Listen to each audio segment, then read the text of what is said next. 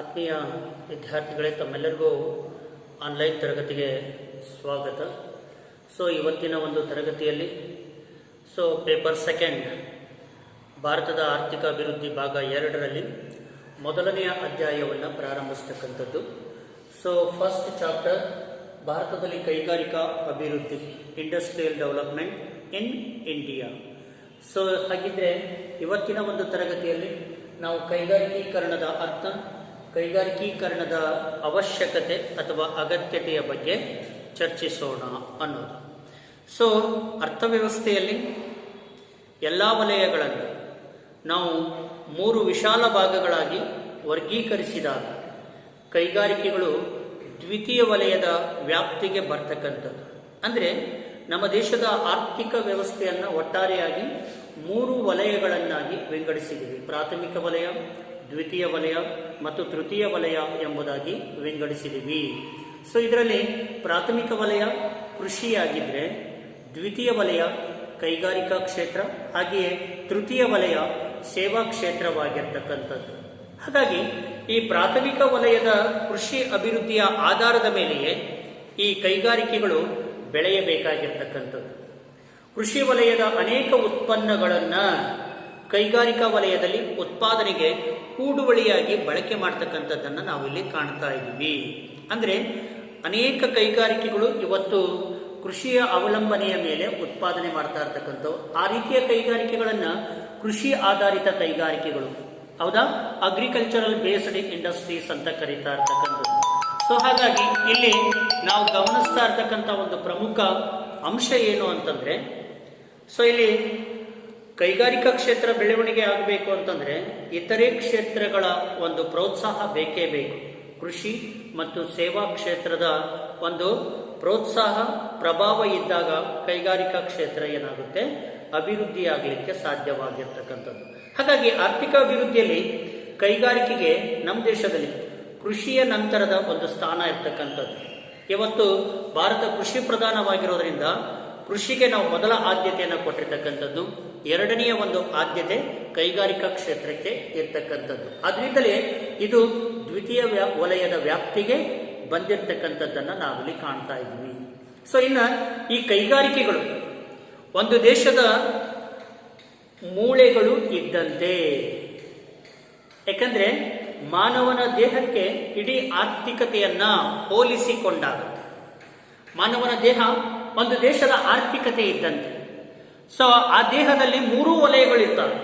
ಕೃಷಿ ವಲಯ ಇರುತ್ತೆ, ಕೈಗಾರಿಕಾ ವಲಯ ಇರುತ್ತೆ, ಸೇವಾ ವಲಯ ಇರುತ್ತೆ. ಆ ದೇಹದಲ್ಲಿ ಈ ಕೈಗಾರಿಕೆ ಅನ್ನೋದು ಆ ದೇಹದ ಮೂಳೆ ಇದ್ದಂತೆ. ಕೈಗಾರಿಕೆಗಳು ಒಂದು ದೇಶದ ಮೂಳೆಗಳಿದ್ದಂತೆ. ಮಾನವನ ದೇಹಕ್ಕೆ ಪೂರ್ಣ ಚೈತನ್ಯವನ್ನು ಒದಗಿಸಬೇಕು ಅಂತಂದ್ರೆ ಈ ಮೂಳೆಗಳು ಹೇಗೆ ಅವಶ್ಯಕವೋ ಹಾಗೆಯೇ ಆರ್ಥಿಕತೆಗೆ ಒಂದು ಚೇತನವನ್ನು ನೀಡಿ ದೀರ್ಘಕಾಲೀನ ಅಭಿವೃದ್ಧಿ ಸಾಧನೆಗೆ ನೆರವಾಗಬೇಕು ಅಂತಂದ್ರೆ ಈ ಕೈಗಾರಿಕೆಗಳು ಅತ್ಯಂತ ಅವಶ್ಯಕ. ಹಾಗಾಗಿ ಕೈಗಾರಿಕಾ ಅಭಿವೃದ್ಧಿಯನ್ನು ಸಾಧಿಸಿರ್ತಕ್ಕಂಥ ರಾಷ್ಟ್ರಗಳನ್ನ ನಾವು ಅಭಿವೃದ್ಧಿ ರಾಷ್ಟ್ರಗಳು ಎಂಬುದಾಗಿ ಕರೀತಾ ಇರ್ತಕ್ಕಂಥದ್ದು. ಯಾಕಂದ್ರೆ ಕೈಗಾರಿಕೆಯಲ್ಲಿ ಆ ರಾಷ್ಟ್ರಗಳು ಬಹಳಷ್ಟು ಪ್ರಗತಿಯನ್ನು ಸಾಧಿಸಿರೋದ್ರಿಂದಲೇ ಅವ ರಾಷ್ಟ್ರದ ಉತ್ಪಾದನೆ, ಆದಾಯ ಹೆಚ್ಚಳವಾಗುವುದರ ಮೂಲಕ ಆ ರಾಷ್ಟ್ರಗಳು ತ್ವರಿತಗತಿಯಲ್ಲಿ ಅಭಿವೃದ್ಧಿಯನ್ನ ಹೊಂದಿರತಕ್ಕಂಥದ್ದನ್ನ ನಾವಿಲ್ಲಿ ಕಾಣ್ತಾ ಇದ್ದೀವಿ. ಕೈಗಾರಿಕಾ ಅಭಿವೃದ್ಧಿ ಸಾಧಿಸಿದ ರಾಷ್ಟ್ರಗಳನ್ನ ಅಭಿವೃದ್ಧಿ ರಾಷ್ಟ್ರಗಳೆಂದು, ಕೈಗಾರಿಕೆಯಲ್ಲಿ ಹಿಂದುಳಿದಿರ್ತಕ್ಕಂಥ ರಾಷ್ಟ್ರಗಳನ್ನ, ಕೃಷಿಯನ್ನೇ ಪ್ರಧಾನವಾಗಿ ಕಸುಬಾಗಿ ಹೊಂದಿರತಕ್ಕಂಥ ರಾಷ್ಟ್ರಗಳನ್ನ ನಾವು ಅನಾಭಿವೃದ್ಧಿ ರಾಷ್ಟ್ರಗಳು ಅಂತ ಕರೀತಾ ಇದ್ದೀವಿ. ನೋಡಿ, ಇವತ್ತು ಜಗತ್ತಿನ ರಾಷ್ಟ್ರಗಳನ್ನ 2 ಗುಂಪುಗಳಾಗಿ ವಿಂಗಡಿಸಿದ್ದೀವಿ. ಒಂದು ಅಭಿವೃದ್ಧಿ ಹೊಂದಿದ ರಾಷ್ಟ್ರಗಳು, ಇನ್ನೊಂದು ಅನಾಭಿವೃದ್ಧಿ ರಾಷ್ಟ್ರಗಳು ಅಂತ ಕರೀತಾರೆ. ಅಭಿವೃದ್ಧಿ ಹೊಂದಿದ ದೇಶಗಳನ್ನು ನೀವು ಗಮನಿಸಿ, ಇವತ್ತು ಅಮೆರಿಕ ಇರ್ಬೋದು, ರಷ್ಯಾ ಇರ್ಬೋದು, ಇಂಗ್ಲೆಂಡ್ ಇರ್ಬೋದು, ಫ್ರಾನ್ಸ್ ಇರ್ಬೋದು, ಜರ್ಮನಿ ಇರ್ಬೋದು, ಜಪಾನ್ ಇರ್ಬೋದು, ಇವೆಲ್ಲ ಅಭಿವೃದ್ಧಿ ಹೊಂದಿದ ರಾಷ್ಟ್ರಗಳಲ್ಲಿ ಕೈಗಾರಿಕಾ ಕ್ಷೇತ್ರ ಅತ್ಯುನ್ನತ ಮಟ್ಟದಲ್ಲಿ ಅಭಿವೃದ್ಧಿಯನ್ನು ಸಾಧಿಸಿರ್ತಕ್ಕಂಥದ್ದು. ಆ ರಾಷ್ಟ್ರಗಳು ಅಷ್ಟೊಂದು ಅಭಿವೃದ್ಧಿಯನ್ನ ಸಾಧಿಸಲಿಕ್ಕೆ ಮೂಲ ಪ್ರೇರಣೆ ಏನು ಅಂತಂದ್ರೆ ಆ ದೇಶದ ಕೈಗಾರಿಕಾ ಬೆಳವಣಿಗೆ, ಆ ದೇಶ ಆ ಕೈಗಾರಿಕಾ ಉತ್ತೇಜನಕ್ಕೆ ಕೊಟ್ಟಿರ್ತಕ್ಕಂಥ ಒಂದು ಅವಕಾಶ. ಹಾಗಾಗಿ ಇವತ್ತು ಕೈಗಾರಿಕೆಗಳು ಬೆಳೆದಂತೆ ದೇಶದ ಉತ್ಪಾದನೆ ಹೆಚ್ಚಾಗುತ್ತೆ, ಆದಾಯ ಹೆಚ್ಚಳವಾಗುತ್ತೆ, ದೇಶ ಆರ್ಥಿಕವಾಗಿ ತೀವ್ರಗತಿಯಲ್ಲಿ ಅಭಿವೃದ್ಧಿಯನ್ನು ಸಾಧಿಸಲಿಕ್ಕೆ ಸಾಧ್ಯವಾಗ್ತಾ ಇರ್ತಕ್ಕಂಥದ್ದು. ಹಾಗಾಗಿ ಜಗತ್ತಿನ ಯಾವ ದೇಶಗಳು ಕೈಗಾರಿಕೆಗಳಿಗೆ ಹೆಚ್ಚು ಪ್ರಾಧಾನ್ಯತೆಯನ್ನು ಕೊಟ್ಟಿದ್ದಾವೆ, ಹೆಚ್ಚು ಕೈಗಾರಿಕೆಗಳನ್ನು ಸ್ಥಾಪನೆ ಮಾಡಿದಾವೆ, ಅಭಿವೃದ್ಧಿ ಪಡಿಸಿದಾವೆ, ಅವೆಲ್ಲ ರಾಷ್ಟ್ರಗಳು ಆರ್ಥಿಕವಾಗಿ ಮುಂಚೂಣಿಯಲ್ಲಿರ್ತಕ್ಕಂಥದ್ದು, ಅಭಿವೃದ್ಧಿಯನ್ನು ಹೊಂದಿರತಕ್ಕಂಥದ್ದು. ಯಾವ ದೇಶಗಳು ಕೈಗಾರಿಕೆಗಳಿಗೆ ಆದ್ಯತೆಯನ್ನ ನೀಡಿಲ್ಲ, ಕೃಷಿಯನ್ನೇ ಮೂಲ ಕಸುಬನ್ನಾಗಿ ಅವಲಂಬಿಸಿದವೋ ಅವೆಲ್ಲ ರಾಷ್ಟ್ರಗಳು ಇವತ್ತು ಹಿಂದುಳಿದ ರಾಷ್ಟ್ರಗಳ ಪಟ್ಟಿಯಲ್ಲಿ ಗುರುತಿಸಿಕೊಂಡಿರ್ತಕ್ಕಂಥದ್ದನ್ನ ನಾವಿಲ್ಲಿ ಕಾಣ್ತಾ ಇದ್ದೀವಿ. ಹಾಗಾಗಿ ಆರ್ಥಿಕ ಒಂದು ಸಾಹಿತ್ಯದಲ್ಲಿ ಇದು ಒಂದು ರೂಢಿಗತಿಯಲ್ಲಿ ಬೆಳೆದು ಬಂದಿರತಕ್ಕಂಥ ಒಂದು ಸ್ಥಿತಿಗತಿಯಾಗಿರ್ತಕ್ಕಂಥದ್ದು. ಹಾಗಾಗಿ ಈ ಒಂದು ತರ್ಕಕ್ಕೆ ನಾವು ಸುಲಭವಾದ ನೆಲೆಯೂ ಕೂಡ ಇರ್ತಕ್ಕಂಥದ್ದು. ಕೃಷಿ ಪ್ರಧಾನ ದೇಶಗಳು ಪೂರ್ವಾಚಾರದ ಆರ್ಥಿಕತೆಯನ್ನೇ ಹೊಂದಿದ್ದು ಜನತೆಯ ಜೀವನ ಮಟ್ಟವನ್ನು ಹೆಚ್ಚಿಸಲಿಕ್ಕೆ ಮತ್ತು ವಿದೇಶಿ ವ್ಯಾಪಾರದಲ್ಲಿ ಅಧಿಕ ಮೊತ್ತವನ್ನು ಗಳಿಸಲಿಕ್ಕೆ ಅಸಮರ್ಥವಾಗಿದ್ದಾವೆ ಅಂತ ಹೇಳಿದ್ರೆ ತಪ್ಪಾಗಲಿಕ್ಕಿಲ್ಲ. ಸೊ ಯಾಕೆಂದ್ರೆ ಭೂಮಿಯ ಫಲವತ್ತತೆ ಮತ್ತು ಕೃಷಿಯ ಉತ್ಪಾದಕತೆ ಮಿತಿ ಇರುವಿಕೆ ಮತ್ತು ಪ್ರಾಥಮಿಕ ಉತ್ಪನ್ನಗಳ ಬೆಲೆ ಕಡಿಮೆ ಇರುವಿಕೆಯು ಇದಕ್ಕೆ ಕಾರಣ. ಯಾಕೆ ಹಿಂದುಳಿದ ದೇಶಗಳು, ಕೃಷಿ ಪ್ರಧಾನ ರಾಷ್ಟ್ರಗಳು ಆರ್ಥಿಕವಾಗಿ ಹಿಂದುಳಿದಿದ್ದಾವೆ ಅಂತಂದ್ರೆ, ಇವತ್ತು ಕೃಷಿ ಸರಕುಗಳಿಗೆ, ಪ್ರಾಥಮಿಕ ಸರಕುಗಳಿಗೆ ಜಗತ್ತಿನ ಮಾರುಕಟ್ಟೆಯಲ್ಲಿ ಬೇಡಿಕೆ ಕಡಿಮೆ ಇರತಕ್ಕಂಥದ್ದು ಮತ್ತು ಆ ಸರಕುಗಳ ಬೆಲೆಯೂ ಕೂಡ ಏನಾಗಿರುತ್ತೆ, ಕಡಿಮೆ ಇರುತ್ತೆ. ಅದೇ ಕೈಗಾರಿಕಾ ಸರಕುಗಳಿಗೆ ಜಾಗತಿಕ ಮಾರುಕಟ್ಟೆಯಲ್ಲಿ ಭಾರಿ ಬೇಡಿಕೆ ಇರತಕ್ಕಂಥದ್ದು, ಆ ಬೇಡಿಕೆ ಹೆಚ್ಚಳವಾದಾಗ ಬೆಲೆ ಹೆಚ್ಚಳವಾಗ್ತಕ್ಕಂಥದ್ದು, ಅದರಿಂದ ಸಾಕಷ್ಟು ಆದಾಯವನ್ನ ಸಂಪಾದನೆ ಮಾಡಬಹುದು. ಅಷ್ಟೇ ಅಲ್ಲ, ಇವತ್ತು ನಮ್ಮಂಥ ಕೃಷಿ ಪ್ರಧಾನ ರಾಷ್ಟ್ರಗಳು ಕೃಷಿಯನ್ನೇ ಮೂಲ ಕಸುಬನ್ನಾಗಿ ಅವಲಂಬಿಸಿದ್ರೂ ಕೂಡ ಕೃಷಿ ಭೂಮಿಯ ಫಲವತ್ತತೆ ಮಿತವಾಗಿರೋದು, ಉತ್ಪಾದಕತೆ ಮಿತವಾಗಿರೋದ್ರಿಂದ ಇವತ್ತು ಕೃಷಿಯು ಕೂಡ ಆರ್ಥಿಕವಾಗಿ ಹಿನ್ನಡೆಯನ್ನ ಹೊಂದಿರತಕ್ಕಂಥದ್ದು. ಆದರೆ ಕೈಗಾರಿಕೀಕರಣದ ಸಾಧಿಸಿರ್ತಕ್ಕಂಥ ಆರ್ಥಿಕತೆಯು ಆಧುನಿಕತೆಯನ್ನು ಸಾಧಿಸಿರ್ತಕ್ಕಂಥದ್ದು, ಮುಂದುವರೆದ ಲಕ್ಷಣಗಳನ್ನ ಪಡೆದಿರ್ತಕ್ಕಂಥದ್ದು. ಯಾವ ದೇಶಗಳು ಕೈಗಾರಿಕೆಯಲ್ಲಿ ಮುಂಚೂಣಿಯಲ್ಲಿದ್ದಾವೆ ಅವೆಲ್ಲ ರಾಷ್ಟ್ರಗಳು ಆರ್ಥಿಕ ಅಭಿವೃದ್ಧಿಯಲ್ಲಿ ಮುಂಚೂಣಿಯಲ್ಲಿ ಇರ್ತಕ್ಕಂಥದ್ದು. ಹಾಗಾಗಿ ಆರ್ಥಿಕ ಅಭಿವೃದ್ಧಿಗೆ ಕೈಗಾರಿಕೆಗಳ ಬೆಳವಣಿಗೆ ಅನಿವಾರ್ಯವಾದುದು ಅನ್ನೋದನ್ನ ನಾವು ಅಲ್ಲಗಳೆಯೋ ಹಾಗಿಲ್ಲ. ಇದಿಷ್ಟು ಕೈಗಾರಿಕೀಕರಣದ ಒಂದು ಹಿನ್ನೆಲೆ ಪೀಠಿಕೆ. ನೆಕ್ಸ್ಟ್ ಕೈಗಾರಿಕೀಕರಣದ ಅರ್ಥ. What is mean by industrialisation? ಕೈಗಾರಿಕೀಕರಣ ಅಂದ್ರೆ ಏನು? ಸೊ ಅರ್ಥವ್ಯವಸ್ಥೆಯಲ್ಲಿ ದ್ವಿತೀಯ ವಲಯ ಅಂತಂದು ಪರಿಗಣಿಸಲ್ಪಟ್ಟಿರ್ತಕ್ಕಂತಹ ಈ ಕೈಗಾರಿಕೆಯಲ್ಲಿ ಅಭಿವೃದ್ಧಿಯನ್ನು ಸಾಧಿಸುವ ಒಂದು ಪ್ರಕ್ರಿಯೆಯನ್ನು ನಾವು ಕೈಗಾರಿಕೀಕರಣ ಅಂತ ಕರೀತಾರೆ. 2 ಮಾರ್ಕ್ಸಿಗೆ ಬರುತ್ತೆ ಪ್ರಶ್ನೆ. ಕೈಗಾರಿಕೀಕರಣದ ಅರ್ಥ ತಿಳಿಸಿ ಅಥವಾ ಕೈಗಾರಿಕೀಕರಣ ಎಂದರೇನು ಅಂತ 2 ಮಾರ್ಕ್ಸಿಗೆ ಪ್ರಶ್ನೆ ಬರುತ್ತೆ. ಸೊ ಕೈಗಾರಿಕೀಕರಣ ಅಂದ್ರೆ ಅರ್ಥವ್ಯವಸ್ಥೆಯಲ್ಲಿ ದ್ವಿತೀಯ ವಲಯ ಅಥವಾ 2ನೆಯ ವಲಯ ಎಂದು ಪರಿಗಣಿಸಲ್ಪಟ್ಟಿರ್ತಕ್ಕಂಥ ಕೈಗಾರಿಕೆಯಲ್ಲಿ ಅಭಿವೃದ್ಧಿಯನ್ನ ಸಾಧಿಸತಕ್ಕಂಥ ಪ್ರಕ್ರಿಯೆಯನ್ನೇ ನಾವು ಕೈಗಾರಿಕೀಕರಣ ಅಂತ ಕರಿತೀವಿ. ಅಂದ್ರೆ ಕೈಗಾರಿಕೆಗಳ ಸ್ಥಾಪನೆ, ಕೈಗಾರಿಕೆಗಳ ವಿಸ್ತರಣೆ, ಕೈಗಾರಿಕೆಗಳ ಉತ್ಪಾದಕತೆಯನ್ನು ಹೆಚ್ಚಿಸ್ತಕ್ಕಂಥ ಒಂದು ಪ್ರಕ್ರಿಯೆಯನ್ನ ನಾವು ಕೈಗಾರಿಕೀಕರಣ ಅಂತ ಕರಿತೀವಿ. ಹೊಸ ಹೊಸ ಕೈಗಾರಿಕೆಗಳನ್ನು ಸ್ಥಾಪನೆ ಮಾಡೋದು, ಇರುವ ಕೈಗಾರಿಕೆಗಳನ್ನು ವಿಸ್ತರಣೆ ಮಾಡೋದು ಮತ್ತು ಆ ಕೈಗಾರಿಕೆಯಲ್ಲಿ ಉತ್ಪಾದಕತೆಯನ್ನು ಹೆಚ್ಚಿಸ್ತಕ್ಕಂಥ ಒಂದು ಪ್ರಕ್ರಿಯೆ ಏನಿದೆಯಲ್ಲ, ಆ ಪ್ರಕ್ರಿಯೆಗೆ ನಾವು ಇಂಡಸ್ಟ್ರಿಯಲೈಸೇಷನ್, ಕೈಗಾರಿಕೀಕರಣ ಎಂಬುದಾಗಿ ಕರೀತಾ ಇರ್ತಕ್ಕಂಥದ್ದು. ಆ ಪ್ರಕಾರ ಹೊಸ ಹೊಸ ಕೈಗಾರಿಕೆಗಳ ಸ್ಥಾಪನೆ, ಸೊ ಕೈಗಾರಿಕೆಗಳ ಅಭಿವೃದ್ಧಿಗಾಗಿ ಬಂಡವಾಳದ ಹೂಡಿಕೆ, ಕೈಗಾರಿಕಾ ಸರಕುಗಳ ಉತ್ಪಾದನೆಯಲ್ಲಿನ ಹೆಚ್ಚಳದ ಒಂದು ಸಾಧನೆಗೆ ನಾವು ಕೈಗಾರಿಕೀಕರಣ ಎಂಬುದಾಗಿ ಕರೀತಾ ಇರ್ತಕ್ಕಂಥದ್ದು. ಕೈಗಾರಿಕಾ ರಂಗದಲ್ಲಿ ಉದ್ಯೋಗಾವಕಾಶಗಳ ಹೆಚ್ಚಳದ ಮೊದಲಾದ ಸಂಗತಿಗಳು ಕೂಡ ಕೈಗಾರಿಕೀಕರಣದ ವ್ಯಾಪ್ತಿಗೆ ಬರ್ತಕ್ಕಂಥದ್ದನ್ನು ನಾವಿಲ್ಲಿ ಕಾಣ್ತಾ ಇದ್ದೀವಿ. ಒಂದು, ಹೊಸ ಹೊಸ ಕೈಗಾರಿಕೆಗಳನ್ನು ಸ್ಥಾಪನೆ ಮಾಡೋದು, ಇರುವ ಕೈಗಾರಿಕೆಗಳನ್ನು ವಿಸ್ತರಣೆ ಮಾಡೋದು, ಹೌದಾ?